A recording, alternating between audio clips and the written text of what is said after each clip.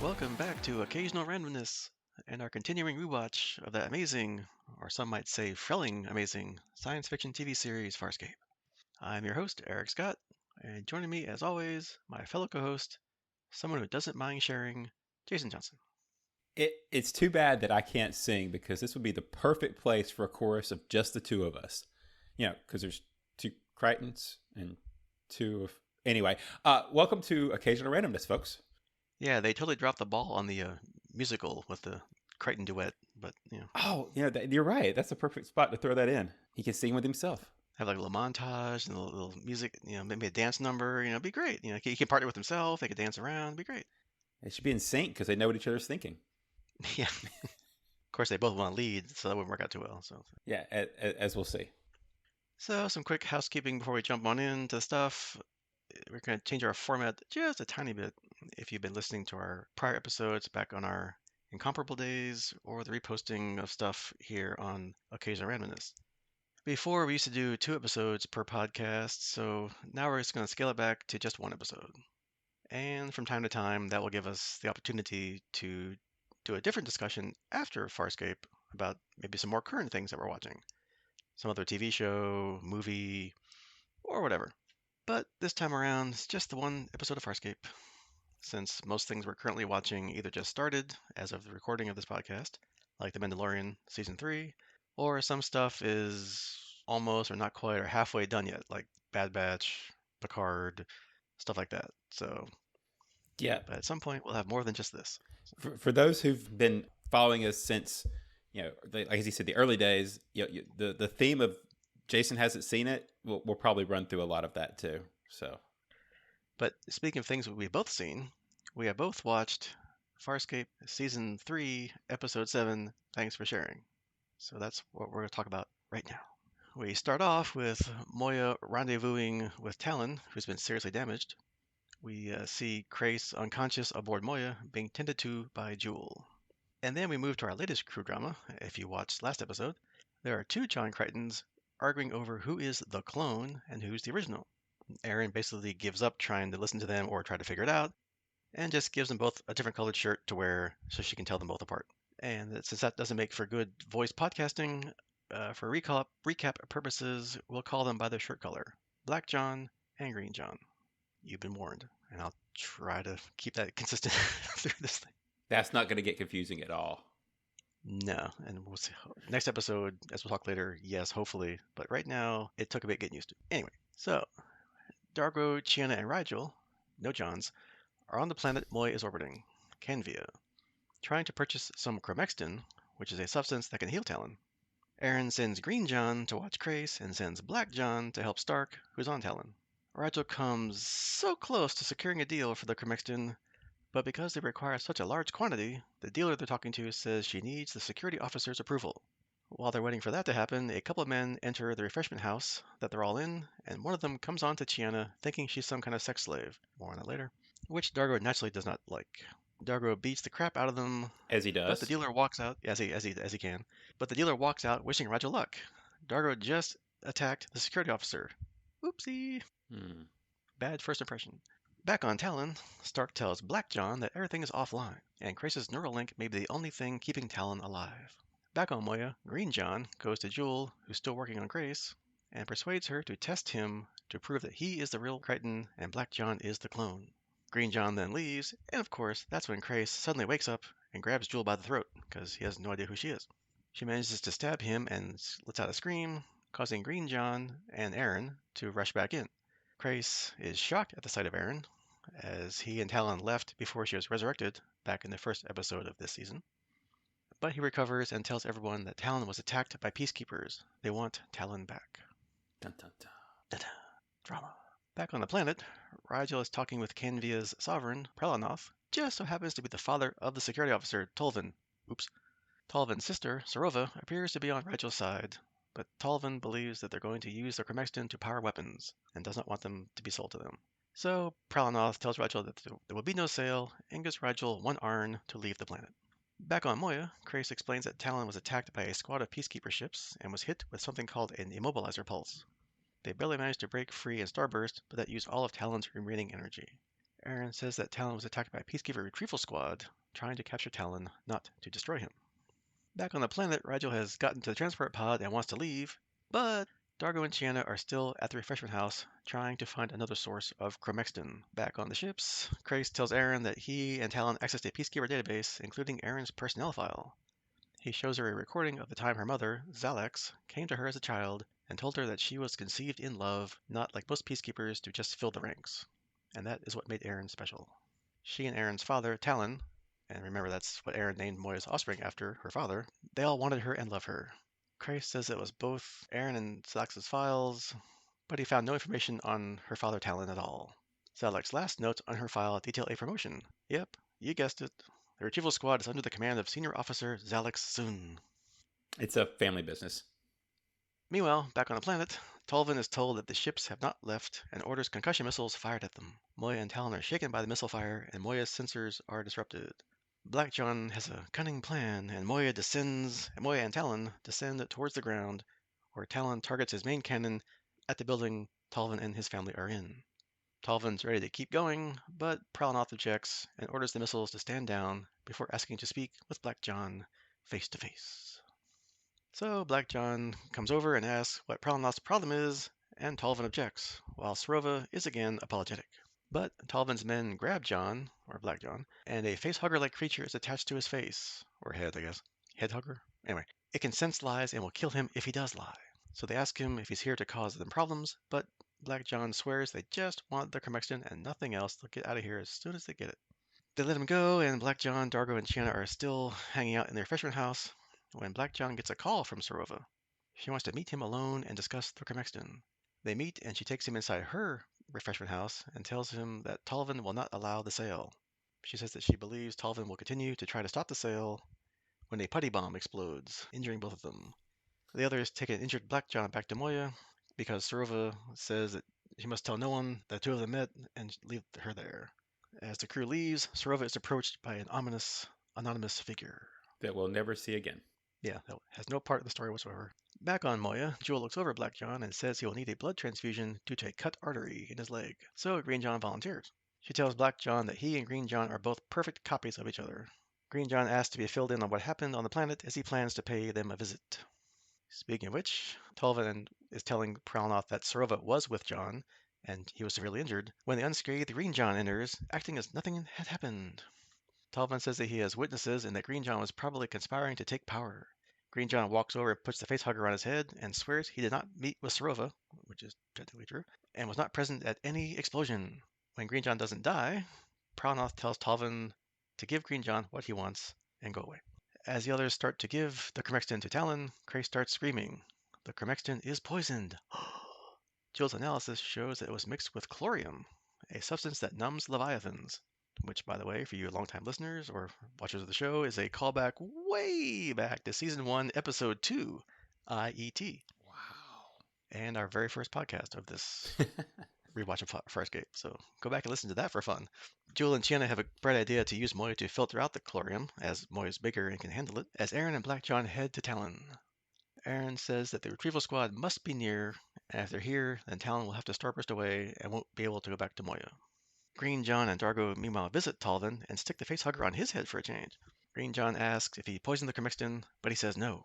Pralanoth does, however, say that in rare cases, disciplined minds have been able to fool the facehugger, but he says that Talvin is not a liar.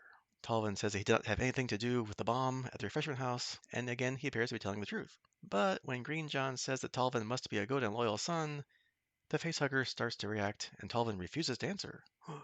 But Pralanoth forces him to answer, and he says that he doesn't intend to dishonor the family. But that must be a lie because the facehugger kills him. So it turns out it was actually a mind flayer. Yeah, right. Dun, dun. Pralanoth tells Green John and Dargo to leave.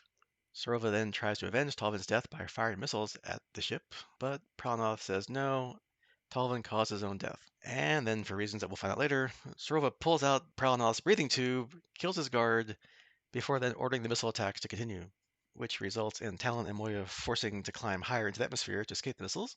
They sense a Peacekeeper scan, and Talyn is forced to starburst immediately away, with Black John, Aeryn, Rigel, and Stark still aboard. Moya then starbursts away with the rest of the crew as the Peacekeeper ships arrive. Back on the planet, we see Serova morph into some sort of shape-shifting creature. The creature is met by none other than Zalek's son and reveals that it was the one who placed the bomb and poisoned the Crichton before killing Serova after the bombing and disguising itself as her, which now explains things. The creature reports that Talyn only got a third of the Crichton it needs, and Zalek says that Talyn will be weak for some time. It's just a matter of finding them. Back on Moya, Green John tells Dargo that Black John took Winona, his gun, and his notebook. How dare he? Green John also says that Black John set it all up just so he could be on Talyn with Aeryn, and says that he had better be taking care of her. Speaking of which, on Talyn, Rigel is of course angry that they can't contact Moya, and of course wants food and to be shown to his personal room. Crais kind of puts that to bed by saying the food will be rationed and Stark and Rigel will have to share a room, much to Rigel's annoyance. And Starks. And Stark's, yeah. Aeryn tells Black John that her mother is in command of the retrieval squad, and she does not think that that's a coincidence. She says that she will not let the Peacekeepers capture Talyn, even if it means she has to kill her mother. Dun dun dun. The end. Alright, just a little bit of trivia for this episode. The scene of Aeryn's mother's nighttime visit was initially mentioned way back in Family Ties, which was Season 1's finale, Episode 22, if you're keeping score at home, and now finally shown here as a flashback. The Canvian Truth Seeker, or Facehugger thing that we kept calling it, was modeled on spiders and lobsters due to Dave Elzey's, their creature effects supervisor's, phobias of them. And except for the lobster part, I'm right there with you, dude. Spiders are creepy. And the entire cityscape of the planet was created by their VFX partner, Logic. No shots were filmed on location. Just a bunch of refreshment houses. That's right. Just a bunch of places to go drink. All right. So, what'd you think of this one?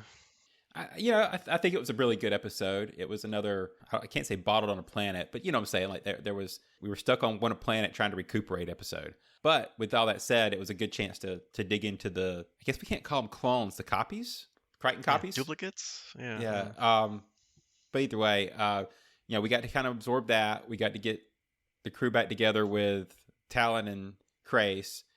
And, as we'll discuss later, split, which makes for an interesting dynamic going forward this season. So I think a lot of good things happened here and a lot of interesting shakeups that we'll be dealing with for the next several episodes. Yep. And I guess one of the quasi shakeups, we start out with Joel treating Crais and later doing like sciencey things. So I guess she's the replacement Zan, because for doctor and scientisty type things, or the writers haven't gotten any new scripts yet or changed existing ones to account for Virginia Hay, the actress's departure from last episode. Probably a little bit of both, right? I mean, you've got to have a doctor on the ship to deal with the medical stuff that comes up. Always seemed kind of weird that fell to Zan, but I guess as a scientist, it kind of made sense. And Jewel made the mistake of mentioning that she had medical training. I'm putting scare quotes around medical. So I guess the job's hers. But again, probably also related to the fact that there's a lot of scripts that are already written with Zan in mind that they're just having to shoehorn Jewel back into, right? And yeah, because as we talked about way back whenever, that it wasn't her idea to leave the show that way, because her makeup, the skin coloring on her to make her blue was causing her to have like major organ problems. So yeah, she left because she had to. So that probably kind of caught people off guard, and they already had stuff in the pipeline, so to speak. Yeah, and until they find a hard like hologram to act as the physician, it'll have to be her. So. And for some reason, I did not initially think of the Voyager doctor. Somehow I went to like Red Dwarf's Rimmer when you said that. So, I don't know. I'm covering all the bases, so. Yeah, although he wasn't a doctor. But anyway. Yeah, spoiler alert, I haven't seen Red Dwarf, so. Okay, well, there you go. That's a whole different topic, yeah. So. There needs to be like a bingo card or something for this at this point. But anyway, let's go on. But yeah, I mean, Jules mentioned she's more like a scientist than like a doctor. So yeah, she's kind of fumbling around trying to heal Crais, which I guess she does a good job because he's still alive, and handles Crichton's, whichever Crichton, I can't remember now, that Crichton's injuries. So I mean, she knows at least her way around the equipment. Yeah, I mean, to crib from other shows, I guess if you've got enough scientician training, you could your way around any medical or science emergency. So yeah, because you know all the sciences. Yes, yes, it's all the same stuff. Just wear a lab coat, you'll be good. And like I said before in the recap, we get to our main issue from last episode, 2 Crichtons. And of course, they're taking it about as well as you would think they would be. So, yeah. Which is to say, no. Which is not at all. Yeah, right. And I do like Aeryn's temporary solution for telling them apart. Just give them a different colored shirt because it's a TV show, it's visual, and you can see that they're different because get a different shirt, which I guess is good until laundry day or the next time they change shirts because they can't wear the same color because that'll throw everybody off. But then this won't be a problem because like most shows around this time and even today, the characters wear the same stuff forever. So, Which raises the question of why Crichton even had different color shirts for her to choose from, right? He only ever wears one color. So why were there other colors on the ship? yeah, I mean maybe it's from past seasons, right? He has like a closet for each season, and then this season is gonna be the green shirt. Last season was the black shirt. So somewhere on Moya, there's just a room of like last season's wardrobe. Yeah, it's so big, right? They can just have a whole rooms full of last season's clothes. I just picture them every season they move to a different room. They I'm gonna could. leave my stuff and move to a new room. Yeah, you never know, right? Just because it looks the same as last time we saw it doesn't mean it's the same room. That's right. We never see them walking there. Yeah, they just show up there. And I guess not other, but going from what is a good idea to like a why idea or why plot thing is, I know Chiana's exotic looking because everybody keeps mentioning it all the time, but why does every place they go, especially bars, everybody thinks she's some kind of prostitute or something? I mean, is it like, does she give off pheromones? Like, what's the deal? Although it's nice to see that Dargo still cares about her and will defend her, not just because it's their crewmate, but because they had the relationship before. And of course, that gives him a chance to kick some butt, which is always great. Even though, of course, it's the wrong butt to kick this time. Yeah, insert drama. Although, again, I think that you think by now that they with this crew they would have realized that the more people they send, if you send more than you absolutely need, it's never going to work out, right? If you sent Rigel and Dargo, it would have been fine. But we sent Chiana, and it was bad. It seems like two's company, three's a crowd. Every time we get too many people on a planet, bad stuff happens, and Chiana seems to be the one that has the bad luck, or is written to have the bad luck. Yeah, because for some reason you think they would figure out that, yeah, Chiana and bars don't mix. Yeah, just not her scene. Yeah, or it's too much of her scene, and that causes all the other problems. So yeah, and some other cool things. It was a really good scene with Crais discovering that Aeryn's alive, and Crichton just kind of dismissing it. It's like, yeah, we got more important things to talk about. We can fill you in later. We need to know what's happening to you right now, because obviously he had no idea that she was alive because they left at the end of season 2 and didn't see the beginning of season 3. So Right, yeah. Which, Crichton's had some time to adjust to and get used to having her back and, whatever. Whereas Crais kind of was traumatized by it and then whatever. So is it me or is there something like weird dynamic between Crais and Aeryn the last couple of times they've been around each other? I don't know. I don't know what the show's going for there. yeah, and that's true because I mean, obviously, the beginning of the series, she screws up or he thinks she's contaminated by dealing with a non-Sebastian person, Crichton. So he like throws her out of the service and basically blackballs her and says, "If I see you again, you're gonna die." So you start from there, and Right. now, I mean, is it because he's also now a loner? Like he's been kicked out by he's had the same thing done to him that he did to her, right? So now is it kind of like a oops? I kind of understand what you must have gone through, or you're the only other Sebastian that I know that's been kicked out of the Peacekeepers, so we have to bond or we have to be friends now because we're in the same boat, so to speak. I don't know. I'm starting to, and yeah, here's conspiracy corner, I guess. I don't know. I'm starting to think that it has something to do with the fact that Talyn likes Aeryn and Crais is bonded to Talyn. And so he's getting like a backfeed of the attachment from Talyn. Yeah, could be because the pilot Leviathan symbiosis or not whatever I call it. Yeah, we've seen it happen before with Pilot. That he's kind of feeling what Moya feels, and yeah, So I don't know. We'll see where that goes. could happen. Yeah. Or Crais now wants to have some sexy time with Aeryn, and there's John in the way, so he gotta you know Yeah. sow some jealousy. I don't know. I Who may knows? mention that in a bit. Okay. Stay tuned. But keeping on the Crais Aaron thing, they do kind of bring back something that it seems like Crais was trying to tell Aaron something back at the end of season 2 in that last episode before her death, untimely death, and later resurrection. But so just because I think it makes sense, I'm going to assume that that's what he told her here about her mother and father, wanting to conceive her out of love, not a peacekeeper duty, which is also kind of interesting because Aaron has had a couple of relationships the same way, like out of love, like with the one Sebastian scientist that was working on Moya last season, or with something close to Sebastian, like person Crichton, right? Yeah. So was he trying to tell her that part, or was he trying to tell her that it was her mom that's after him. One of the two. But Yeah. Or does now he want her to stay around because he thinks he can use her as leverage against his mom who's hunting him? right, That could be too. I guess we'll find out next episode because they can't forget about half the crew for episodes, hopefully. yeah, Although as Farscape's done before, you never know. But we'll get to that point yeah. later. We'll time jump for like 2 years in the future. Yeah, Yeah, right. And then I guess while we're keeping on the interesting or cool things about this episode, the bar, or I should say refreshment house scene with Black John and Serova was kind of cool. With the putty oozing around the floor, they had some like really cool camera angles and like visuals of maybe like what the putty's looking at or how the putty's visualizing things as it's oozing across the floor. I didn't quite at first think what they were. I thought maybe it was like some kind of like life form or some kind of like eavesdropping thing, or maybe it was going to get close to ready to attack them, which of course it did, maybe more or less when they combined finally. But I thought it was your typical cool Farscape like organic technology kind of stuff. yeah. As soon as I saw that they were different colors, I kind of had a feeling that they were going to mix and explode. Because a lot of times your different color explosives that you mix together would be different colors. So that was immediately where my brain went.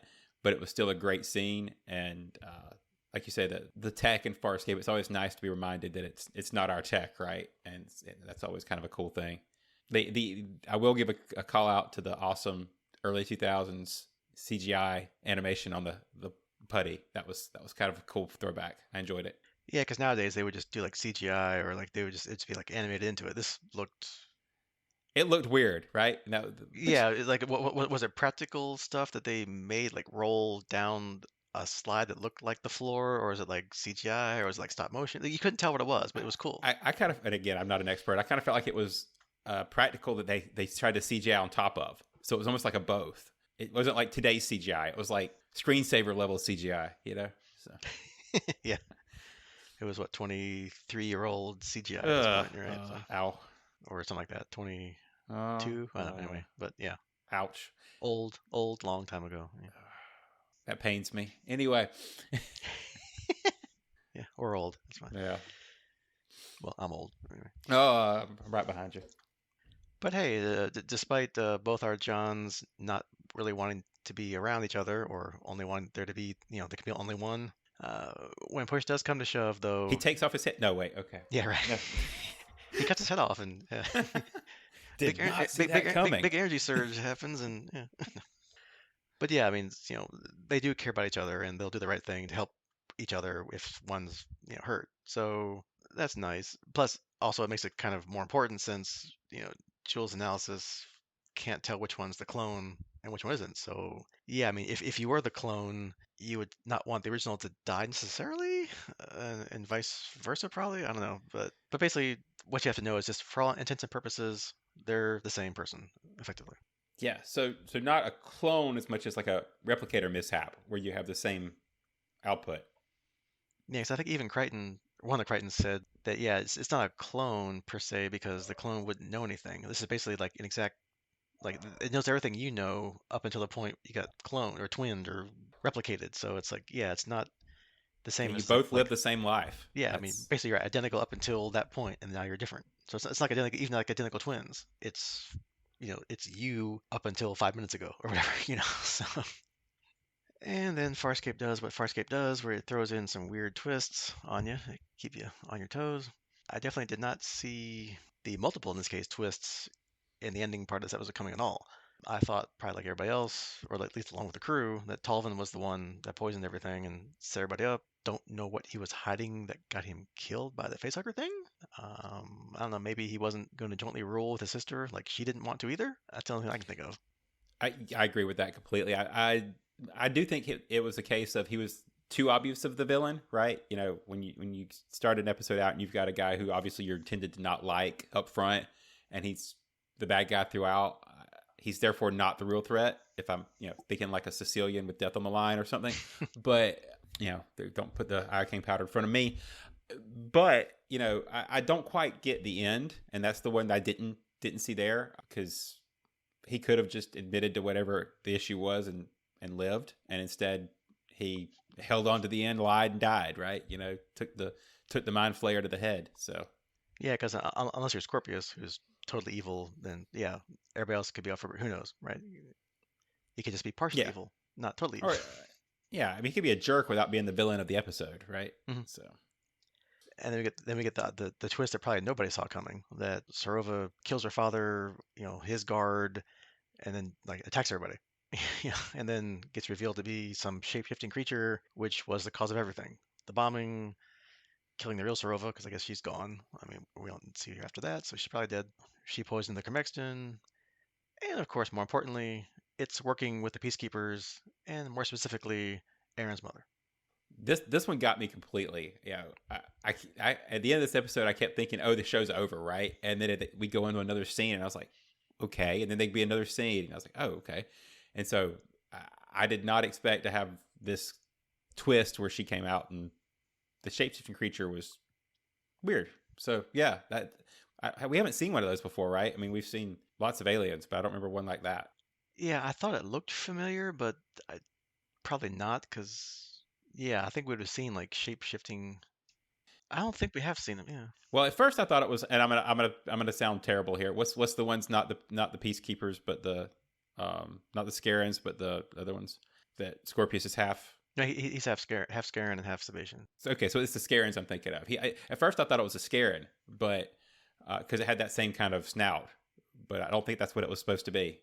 Yeah, they kind of like that the long neck or long head kind of thing. Yeah, Anyway, but yeah, I don't think we've seen this kind of thing before, which is kind of cool. So now we get to have that because obviously, it's still around and Aaron's mom's still around. So of course, they're not going to talk about them ever again. So they'll be around. right. So now we can't trust anybody we see because it could be a Yeah. shapeshifter. So now Yeah. could be So. three Crichtons next time. Ooh, the show's going to There we end go. with just everybody's a Crichton Crichtons all down the line. all the way down. And of course, because in every good role-playing game or TV show, what you want to do at the end of everything is split the party. So half went on Talon and the other half on Moya, which I'm sure is not going to cause any kind of problems. But at least we have one Crichton on each ship now, so that'll make it easier to tell at least that they're different. So if you see a Crichton on Talon, it's that one. See a Crichton on Moya, it's the other one. And of course, it also has some wonderful drama because it's driving the Crichton on Moya nuts because he's not with Aeryn because he loves her, not the other fake one that's on Talon. Yeah, it's the perfect solution to the two Crichton problem. Although part of me wonders, can they get re-merged together later so that one person has the memories of both ships and crews? Because otherwise, it's going to be confusing. It's going to be like, well, you were there. Why don't you remember? It's like, well, that wasn't me. That was the other job. Yeah. Once there's no longer two, what happens? It's going to be interesting to figure out.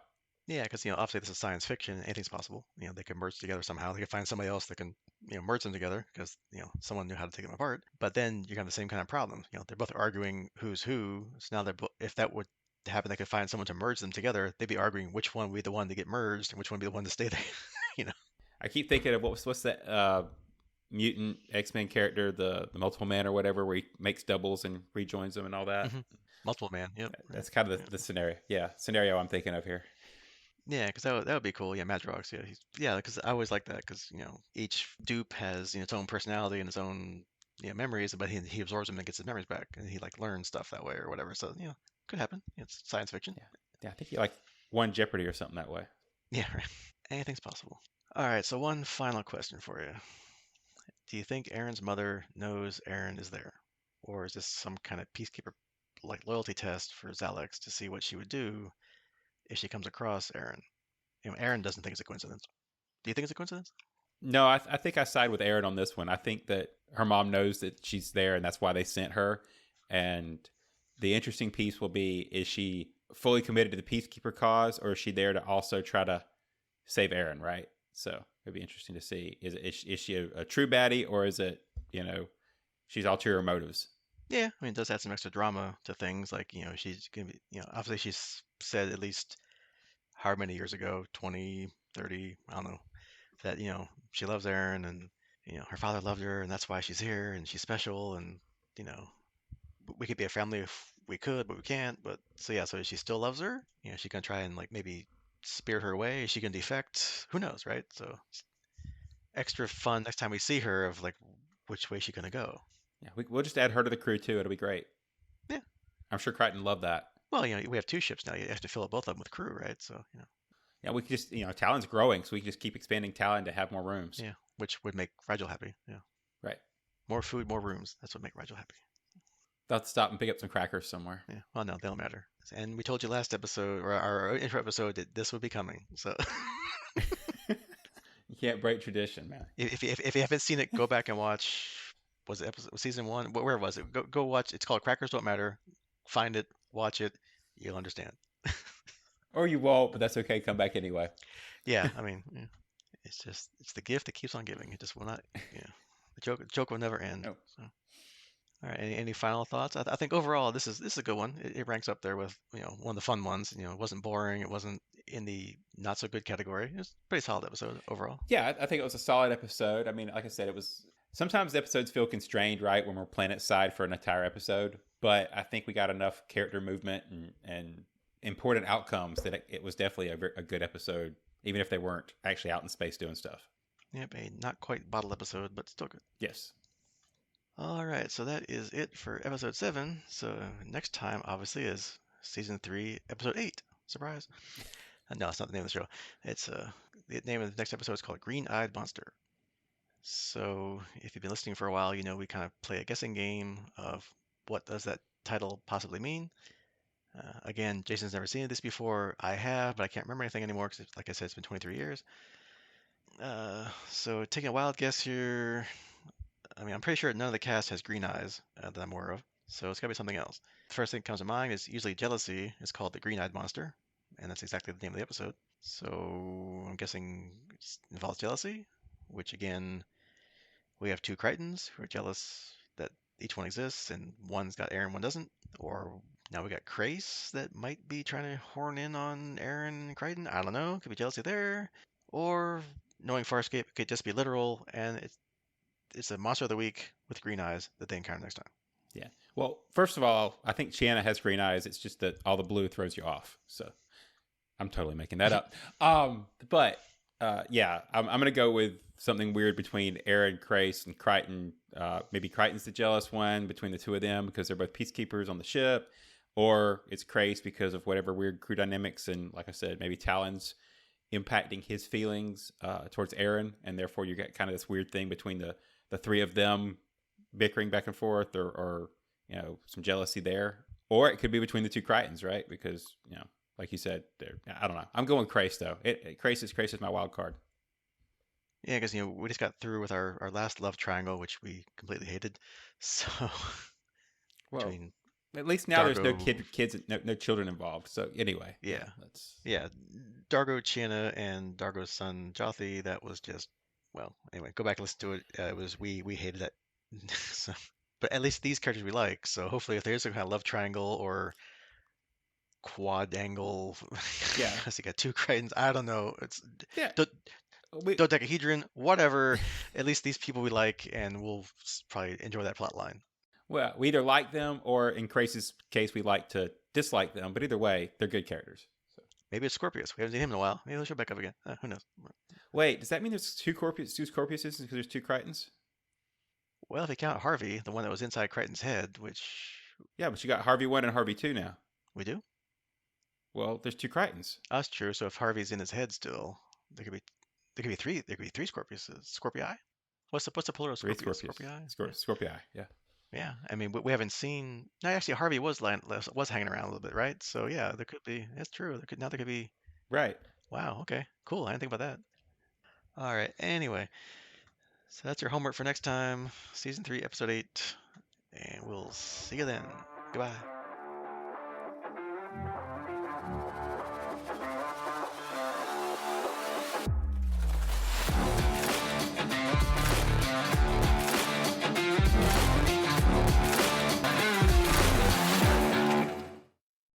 But for things we have seen Farscape season 7. Nope. Let's try that again. Farscape.